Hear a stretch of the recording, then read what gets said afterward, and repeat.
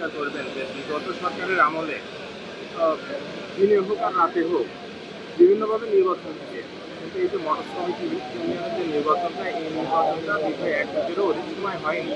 সেই ক্ষেত্রে এই নির্বাচন আয়োজনে কোনো ধরনের বাধা ছিল কি না, বা হচ্ছে যেহেতু দীর্ঘ সময় নির্বাচন হয়নি, নেতৃত্ব বাছাইয়ে ফলাফল ঘোষণার পরে কোনো ধরনের আশঙ্কা আছে কিনা?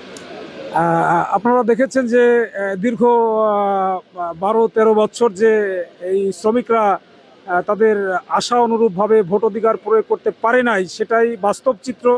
যেভাবে জাতীয় সংসদ নির্বাচনে জনগণ তাদের ভোটাধিকার প্রয়োগ করতে পারে নাই, তেমনি ট্রেড ইউনিয়নগুলোও তারা স্বাধীনভাবে ভোটাধিকার প্রয়োগ করতে পারে নাই।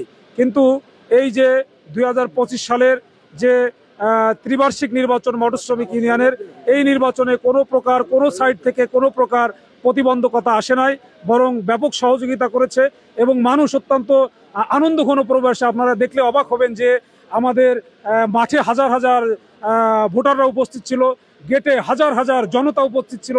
সত্যি এরকম একটা মিলন মেলা, এমন একটা আনন্দঘন মুহূর্ত আমরা লক্ষ্য করেছি বিগত এক যুগে। এই দৃশ্যটি চরম অনুপস্থিত ছিল, যেটি আজকে মানুষের সেই দীর্ঘ সময়ের বঞ্চনার যে ছিল, সেই বঞ্চনা ভঙ্গ করে একটি আশা এবং স্বপ্নের দিনে উপনীত হয়েছে, যে কারণে তারা আজকে আনন্দঘন পরিবেশে এই ভোটটি, একদিকে ভোটাররা ভোটাধিকার প্রয়োগ করেছে, আর একদিকে সাধারণ শিল্প বাণিজ্য বন্ধ না করে যশোরবাসী, অভয়নগরবাসী এই ভোটটিকে উপভোগ করেছে আনন্দের সঙ্গে।